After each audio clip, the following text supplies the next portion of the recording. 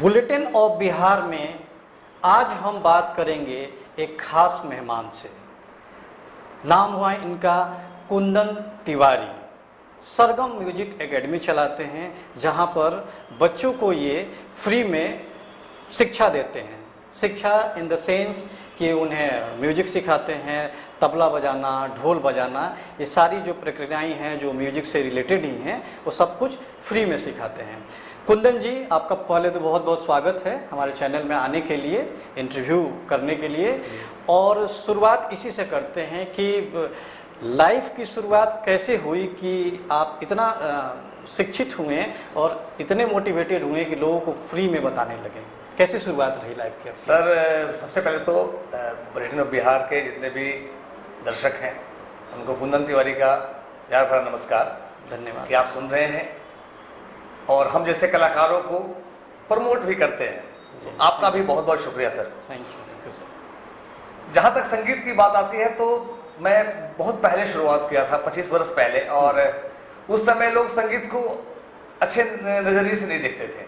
लोगों के दिमाग में सीधा सीधा बैठा था कि संगीत से कुछ हो नहीं सकता है, इससे कोई कैरियर नहीं बनने वाला है। तो वैसा ही हमारे माता पिता का भी सोच था, हमारे गांव वाले संबंधी जितने सारे लोग थे, उन्होंने पहले तो मुझे बहुत मना किया कि नहीं, संगीत से कुछ होने वाला नहीं, पढ़ाई लिखाई करो, कोई जॉब कर लो सरकारी।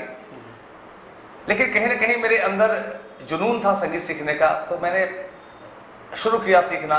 तो पहले तबला सीखा और तबला के बाद तबला ढोलक बजाना शुरू किया।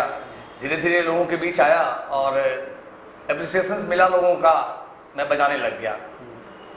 फिर धीरे धीरे मुझे लगा कि सिर्फ बजाने से कुछ नहीं हो सकता है, सही में कैरियर नहीं बनेगा, क्योंकि उतनी कमाई नहीं हो रही थी। मैंने सोचा कि इसी फील्ड में कुछ और भी किया जाए। फिर मैंने एक टीम फॉर्म किया, सोचा कि एक टीम लीडिंग का काम किया जाए तो शायद बेहतर कमाई भी हो और लोगों के बीच अब ज़्यादा मेरी पहचान भी बनेगी। तो मैंने एक टीम फॉर्म किया सरगम म्यूजिक के नाम से। और फिर मैंने जागरण करना प्रारंभ किया, छोटा छोटा कार्यक्रम करना शुरू किया, लोगों के बीच जाना शुरू किया। फिर लोग मुझे जानने लग गए और लोगों का प्यार मिला, और इस तरह से मैं एक जागरण के कलाकार के रूप में एस्टैब्लिश हो गया और मेरी पहचान भी लोगों बनने लगी धीरे धीरे। फिर मैं आगे सोचा कि और भी कुछ करना चाहिए, क्योंकि मैंने जितना स्ट्रगल करके इस फील्ड में अपनी पहचान बनाई थी, तो मुझे लग रहा था कि जो बच्चे आज के डेट में संगीत के क्षेत्र में अगर कुछ करना चाहते हैं तो उनको भी वही परेशानियों का सामना करना पड़ेगा। तो मैंने सोचा कि कुछ ऐसा करूं कि उन लोगों को परेशानियों इतनी परेशानी ना हो।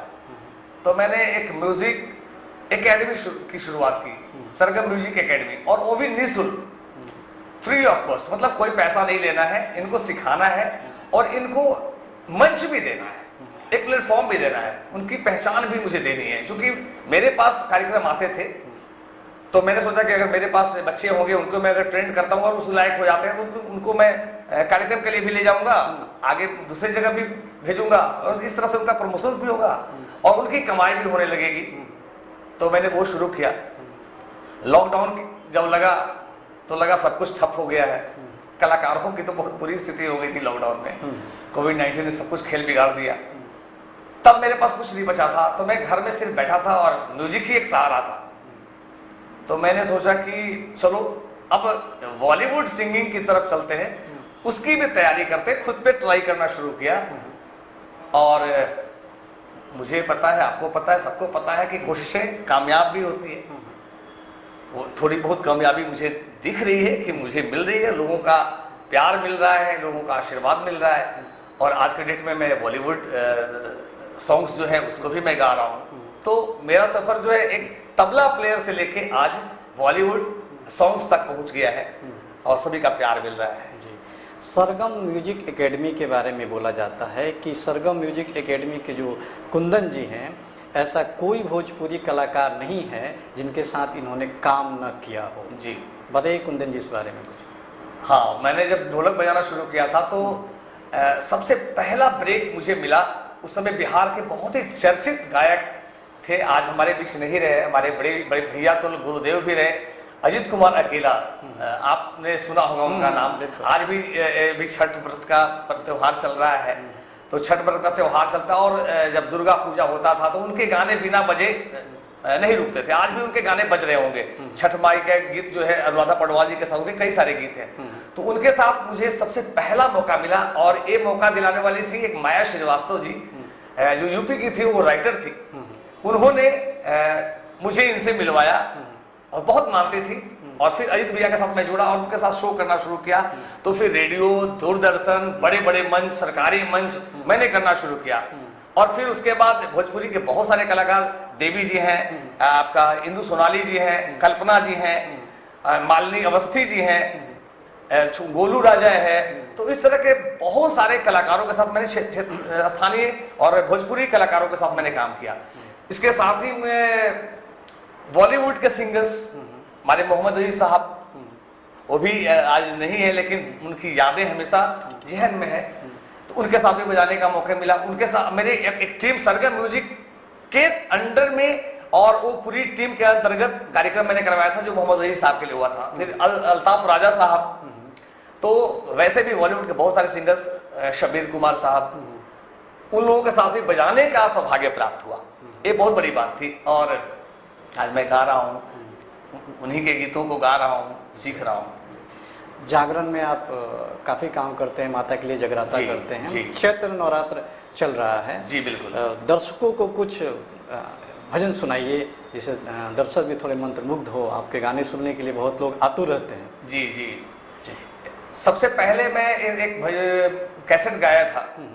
उस समय कैसेट का बहुत ज़्यादा क्रेज नहीं था, सोशल मीडिया का जमाना नहीं था। तो उस समय एक एल्बम मेरा काफ़ी सुपर डुपर हिट रहा था, मुनिया के माई।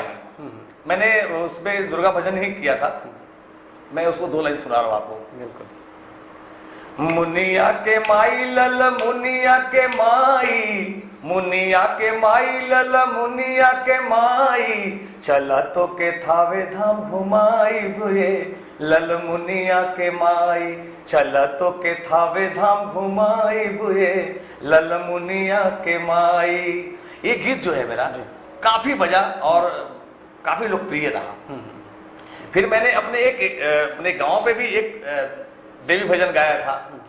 सिंह सवारी करके आजा, सिंह सवारी करके आजा, कर्णपुरा नगरिया में, सिंह सवारी करके आजा, कर्णपुरा नगरिया में, रही जई तू ए मैया, कुंदन के नगरिया में, रह जई तू ए मैया, कुंदन के नगरिया में। तो इस तरह के मेरे अपने एल्बम से भी गीत रहे, और बाकी जो बहुत सारे लोगों का जो पारंपरिक गीत है, भजन है, वो भी मैं गाता रहता हूँ, अक्सर जागरण करता रहता हूँ। एक ढोलक बजाने से लेके आप एक संगीतकार तक का सफ़र कैसा रहा? सर बहुत मज़ा आता है मुझे। मैंने कई नौकरियों के लिए इंटरव्यू दिया और सिलेक्शन भी हुआ, लेकिन जब मैं नौकरी छोड़ा था तो पिताजी से बहुत डांट खाया था कि नौकरी छोड़ रहे हो, गवर्नमेंट की नौकरी मिलती नहीं है, तुम छोड़ रहे हो, संगीत से क्या होने वाला है। तब मुझे कहीं ना कहीं लगा था कि जब मुझे ब्रेक नहीं मिला था संगीत में, तो बाद में अफसोस जरूर हुआ था कि लगता है कि मैंने गलत किया इस रास्ते को चुनकर, कि संगीत से मुझे मिल जाएगा, मुझे खुशी तो मिल रही थी, पैसा तो नहीं मिल रहा था, खुशी मिल रही थी। लेकिन मुझे उस समय अफसोस हुआ था कि मैं नौकरी छोड़ दिया। लेकिन बाद में जब मुझे अचीवमेंट मिला और लोगों के बीच जो प्यार मिलता था, या आज भी मिलता है, वो मुझे नौकरी में नहीं मिल सकता सर।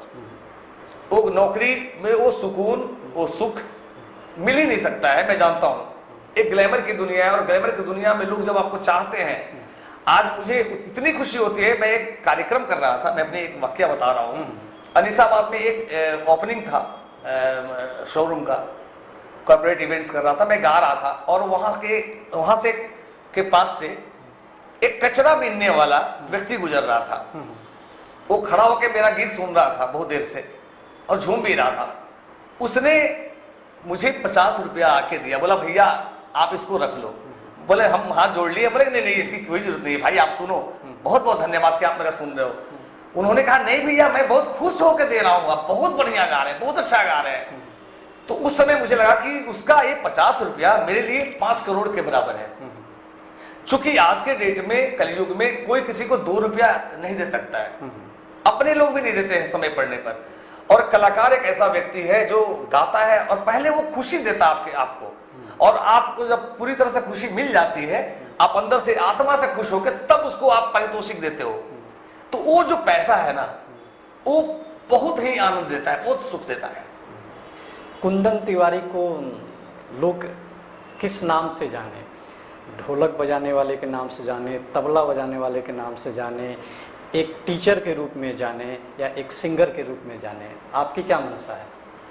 मैं तो चाहूंगा कि दर्शकों से कि मुझे किसी एक श्रेणी में ना रखा जाए, मुझे एक संगीत साधक के रूप में रखा जाए कि मैं एक संगीत साधक हूं। जहां भी लगे कि मैं गा सकता हूं तो गा लूं, बजा सकता हूं बजा लूं, सिखा सकता हूं तो सिखा लूं। एक संगीत साधक, और एक संगीत साधक के लिए सबसे बड़ी बात होती है कि जीवन भर सीखना। संगीत का अंत नहीं है, अनंत है, उसकी सीमाएं ही नहीं है।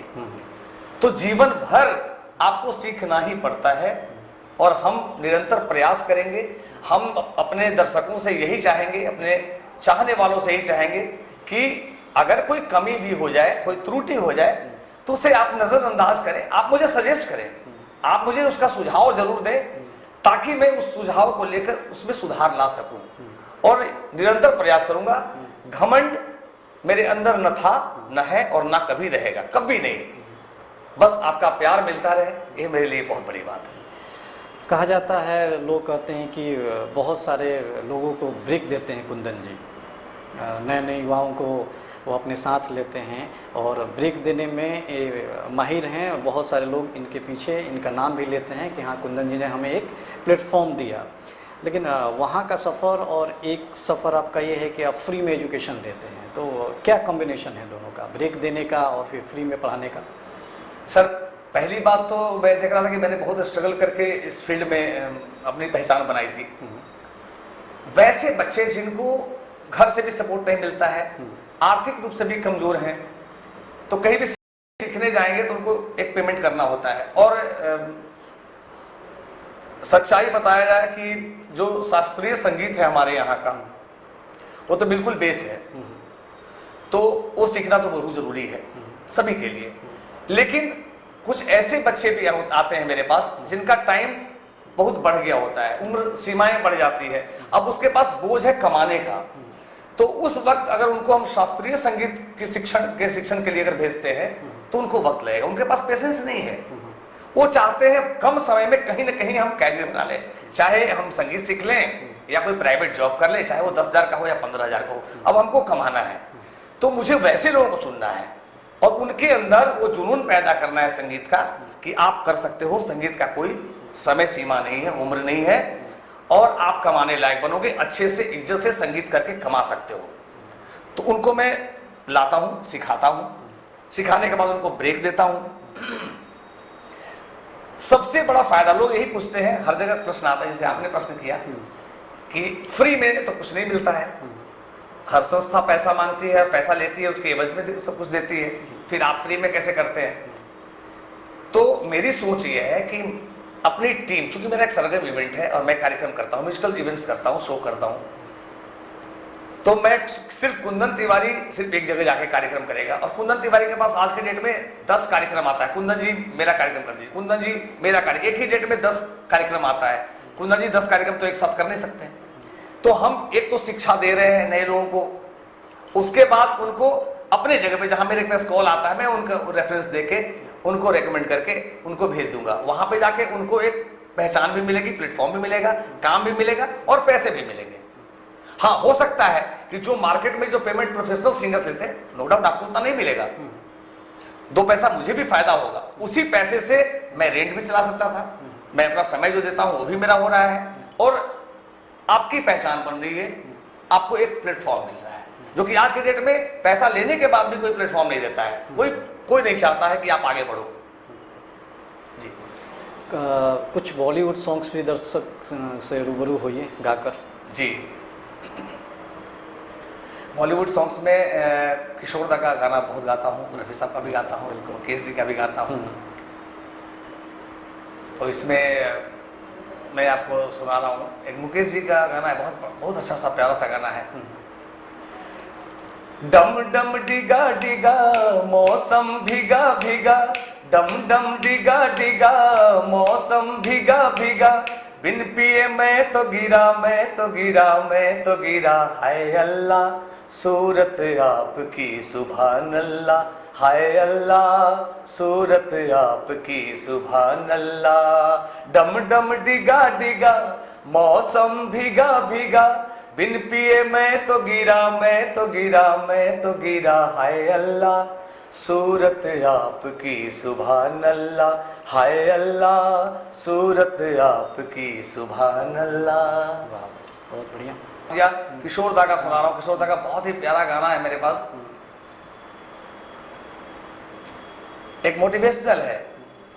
जिंदगी हंसने गाने के लिए है पल दो पल, जिंदगी हंसने गाने के लिए है पल दो पल, इसे खोना नहीं खो के रोना नहीं, इसे खोना नहीं खो के रोना नहीं, जिंदगी हंसने गाने के लिए है पल दो पल, जिंदगी। ये थे कुंदन तिवारी जी, जी। सरगम म्यूजिक एकेडमी चलाते हैं। नए युवाओं को संगीत में और ढोलक बजाने में, तबला बजाने में, और एक प्लेटफॉर्म जागरण जैसी जो माता के लिए होती हैं प्लेटफॉर्म में, उसमें ब्रेक देते हैं और फ्री में बच्चों को ये सिखाते भी हैं। उम्मीद है कि दर्शक इनकी इस मुहिम को बहुत पसंद करेंगे। कुंदन जी, आपका हमारे स्टूडियो में आने के लिए बहुत बहुत धन्यवाद। आपका भी Thank you बहुत very बहुत much. शुक्रिया, Thank you very धन्यवाद। much. बुलेटिन ऑफ बिहार में आज बात करेंगे रत्ना गांगुली से। रत्ना गांगुली सरगम म्यूजिक एकेडमी से रिलेटेड हैं। कुंदन तिवारी जी की ये स्टूडेंट हैं और बॉलीवुड और नवरात्र में जो जागरण होती है उसकी भजन बहुत ही अच्छा गाती हैं। रत्ना जी, आपका सबसे तो पहले बहुत बहुत स्वागत है हमारे चैनल में आने के लिए। और शुरुआत करते हैं कि रत्ना, ये बताइए कि आप कहाँ से हैं और आपकी इस म्यूजिक में जो इंटरेस्ट है वो कब से हुआ? जी, मैं पटना से ही हूँ और मेरी म्यूज़िक के प्रति इंटरेस्ट बचपन से ही थी, क्योंकि मेरी माँ बहुत अच्छा गाती हैं, तो माँ से मुझे मिला विरासत में संगीत, और बचपन से गुनगुनाती थी। और स्कूल्स में, कॉलेज में कभी भी कोई फंक्शन होता था तो माँ से ही सीखना मेरा स्टार्ट हुआ। सरगम म्यूजिक एकेडमी से कैसे जुड़ी आप? सरगम म्यूजिक एकेडमी के बारे में बोला जाता है कि बहुत सारे लोगों को, युवाओं को कुंदन तिवारी जी ने ब्रेक दिया है, बच्चों को फ्री में पढ़ाते हैं। तो आप सरगम म्यूजिक एकेडमी से कब जुड़ी और आपको इससे क्या फ़ायदे हुए? जी, 2017 में गूगल के थ्रू, चूँकि मुझे जागरण सीखने का या जागरण गाने का बहुत इच्छा था, तो मैंने जागरण मंडली के नाम से सर्च किया, तो पटना में सबसे पहले वो सरगम म्यूज़िक एकेडमी के नाम के बारे में पता चला। वहीं से मैं सर का कॉन्टैक्ट नंबर कलेक्ट की और सर को कॉल की, तो फिर सर से मिली। फिर वहाँ सबसे पहले मेरा लाइट सिंगिंग स्टार्ट हुआ, तो उसके बाद मैं भजन, लोकगीत सब सीखी सर से, बहुत कुछ सीखा मैंने सर से। जी, चैत्र नवरात्र चल रहा है, दर्शकों को कुछ सुनाइए माता के चरणों में कुछ भक्ति गाने। जी ज़रूर। दरबार मेरी मैया का सजा दो, गजब हो जाएगा, गजब हो जाएगा, गजब हो जाएगा, गजब हो जाएगा, गजब हो जाएगा। दरबार मेरी मैया का सजा दो, गजब हो जाएगा। आप ये जो प्रोग्राम करती हैं जागरण का, तो क्या केवल बिहार में ही कि बाहर भी जाकर करती हैं? अभी तो फ़िलहाल बिहार में ही की हूँ, बाहर अभी मौका नहीं मिला। अच्छा, कोई बॉलीवुड सॉन्ग्स भी आप गाती हैं? जी वो भी कुछ दर्शकों को सुनाइए। जी, मैं बचपन से लता जी के गानों को बहुत सुनती थी और हम्म, उन्हीं के गाने सुन सुन के बड़ी हुई हूँ। तो उन्हीं का एक बहुत ही प्यारा सा सॉन्ग है, मैं वो सुनाना चाहूँगी। लग जा गले कि फिर हंसी रात हो ना हो, शायद फिर इस जन्म में मुलाकात हो ना हो।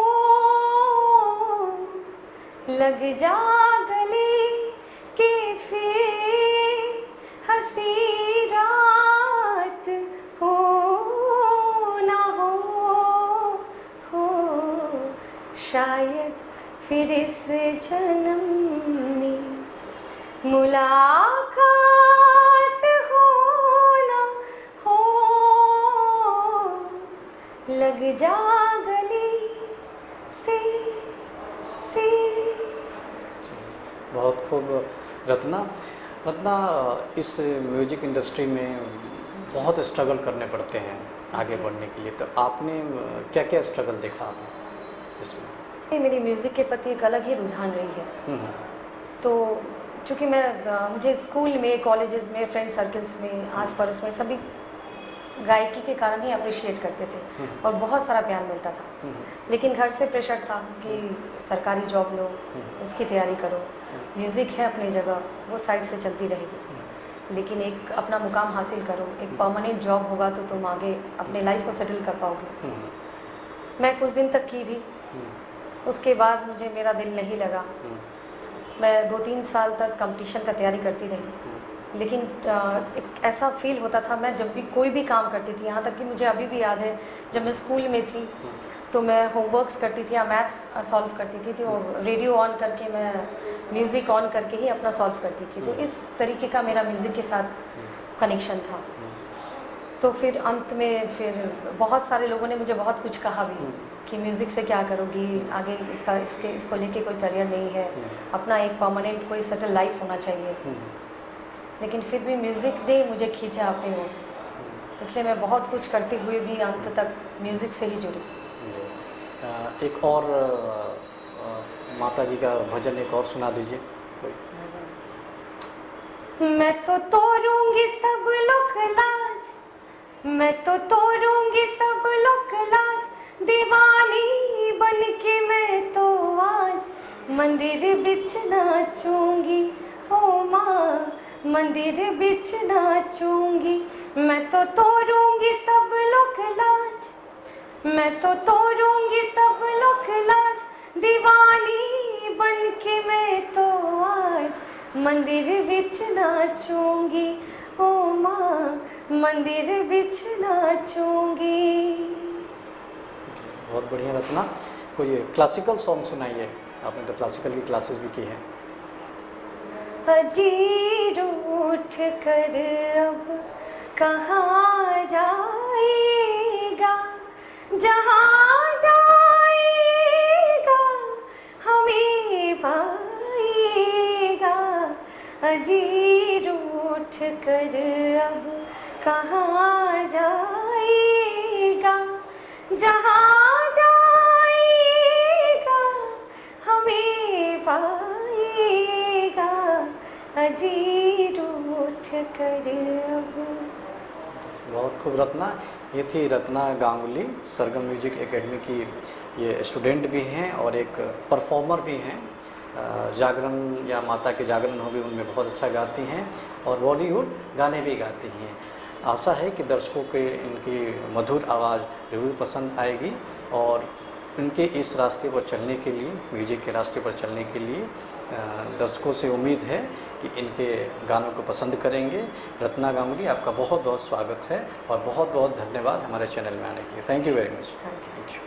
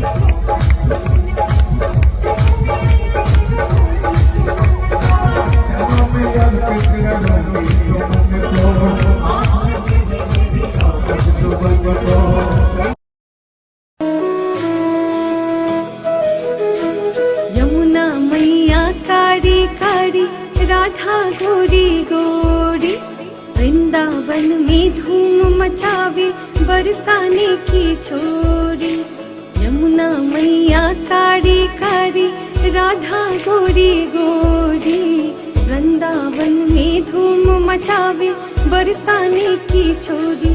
ब्रज धाम राधा जी की,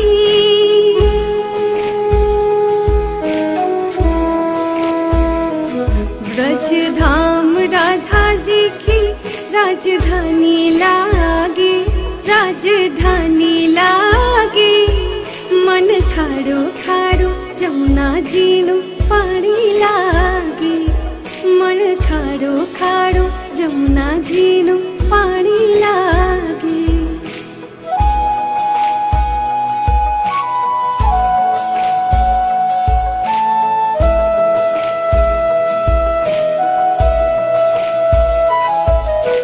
कान्हा नित मुरली में तेरे सुमिरे बारंबार, कोटिन रूप धरे मनमोहन कहु ना पावे पार। कान्हा नित मुरली में तेरे सुमिरे बारंबार, कोटिन रूप धरे मनमोहन कहु ना पावे पार। रूप रंग की छबिली,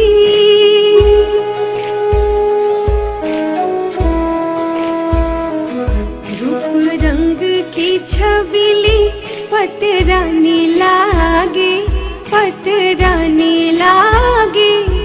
मन खाड़ो खाड़ो जमुना जीणो पानी लागे, मन खाड़ो खाड़ो जमुना जीणो पानी लागे।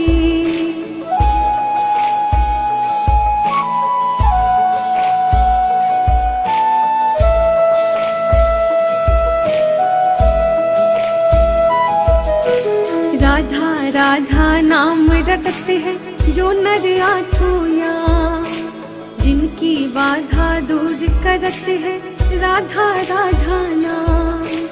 राधा राधा नाम रटते हैं जो नर आठों याम, जिनकी बाधा दूर करते हैं राधा राधा नाम। राधा नाम में सफल,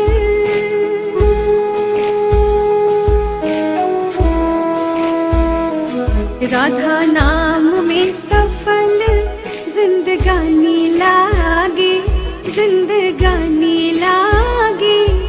मन खाड़ो खाड़ो जमुना जीणो पानी लागे, मन खाड़ो खाड़ो जमुना जीणो पानी